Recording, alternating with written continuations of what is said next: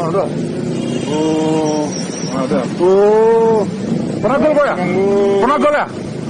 Kau siapa? Cabul. Udah parah ini nih manusianya nih. Kau nama aslimu siapa? Hah? Erdiansyah. Enggak ada takut. Jangan takut sama orang, takut sama Tuhan, tahu bang. Kenapa bang tega ngabisi nyawa ponakan abang sendiri bang? Hah? Berapa kali kau perkosa? Wih. Kali bang. Berapa kali? Kali. Kenapa? Kenapa bisa terpikir untuk memperkosanya? Tunggu situ aja. Hah? Wih. Wih. Wih. Kau bunuh dia ya? Kau bunuh dia? Pakai apa? Bantal? Hah?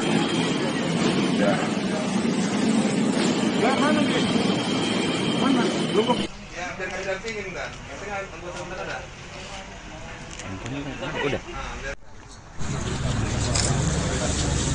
Izin Pak Kapolres, ini tali yang digunakan untuk ngikat, Pak? Ini tali yang digunakan untuk mengikat tangan yang ada di foto.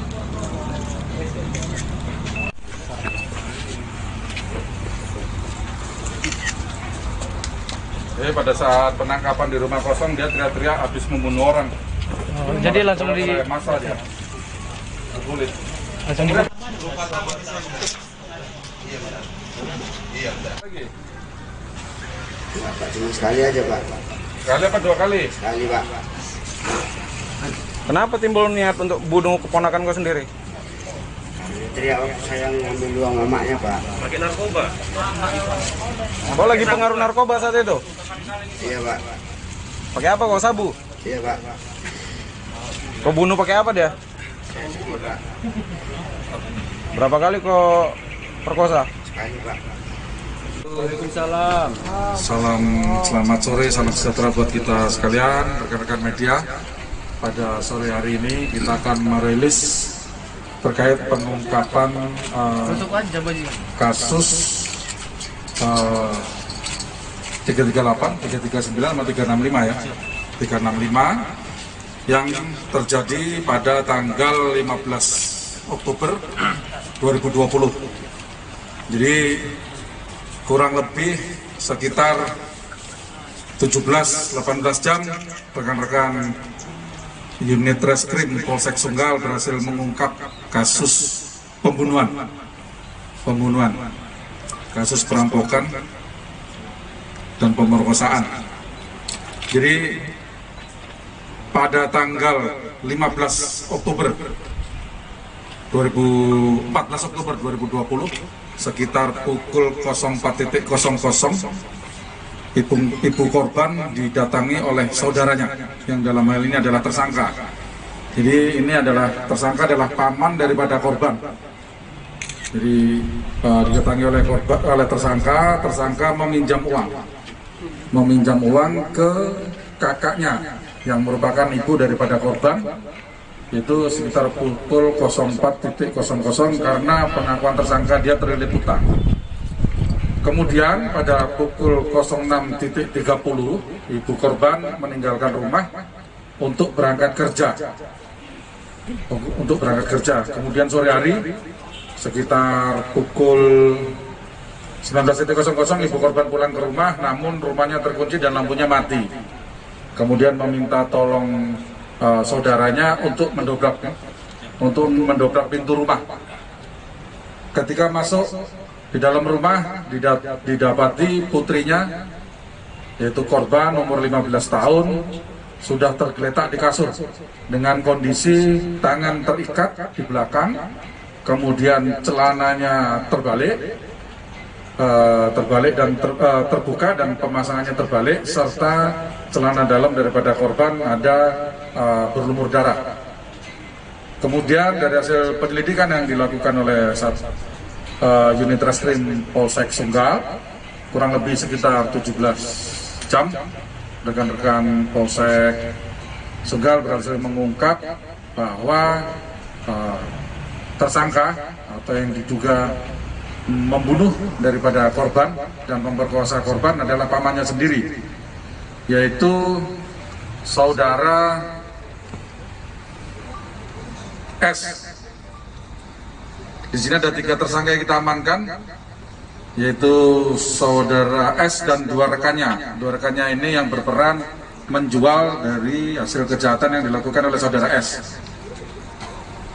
Jadi setelah ibunya masuk ke dalam rumah dan melihat kondisi anaknya sudah tidak bernyawa, kemudian dia melihat di sekitar ada laptop daripada korban sudah tidak ada, dan 4 handphone juga raib atau tidak ada.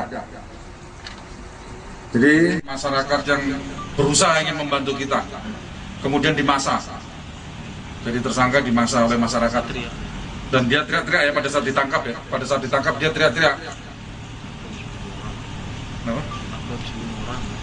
Nah, dia teriak-teriak, malah dia bilang aku habis bunuh orang. Akhirnya malah dimasa sama masyarakat. Kasus curanmor 1 kali dan pernah juga dihukum dalam kasus penganiayaan. 3.00 setelah kejadian dan setelah ditelusuri, kita kembangkan lagi, mendapatkan 2 tersangka lagi yang membantu tersangka untuk menjual daripada hasil kejahatan tersebut. Sampai di sini ditanyakan Motifnya Pak, apa Pak? motifnya, alasannya adalah karena terlilit utang, dia pinjam uang sama kakaknya, kemudian pada sore hari menurut keterangan saksi itu melihat tersangka masuk ke rumah tersebut sekitar pukul 16.00. Kemudian keterangan awal daripada tersangka, dia minta kepada korban menunjukkan tempat ibunya menyimpan uang, tapi korban tidak tahu di mana ibunya menyimpan uang. Kemudian tersangka membekap si korban, kemudian menyumpal mulut korban dengan kain, kemudian mengikat tangan korban, kemudian dia memperkosa. Pada saat korban pingsan, dia memperkosa daripada korban. Kemudian korban sadar, setelah diperkosa sadar dan dia akan berusaha berteriak. Kemudian dibekap menggunakan guling, barang buktinya ada di sini. Kemudian setelah dibekap, ternyata si korban ini masih berusaha untuk berteriak, kemudian dicekik oleh tersangka. Setelah diyakini bahwa korban sudah tidak bernyawa, kemudian diperkosa lagi untuk yang kedua kalinya. Jadi diperkosa yang kedua kalinya, kondisi sudah dalam keadaan meninggal. Sampai sekarang yang kita dapati bahwa murni dia lakukan sendiri dalam pembunuhannya. Ya, gimana? TKP penangkapan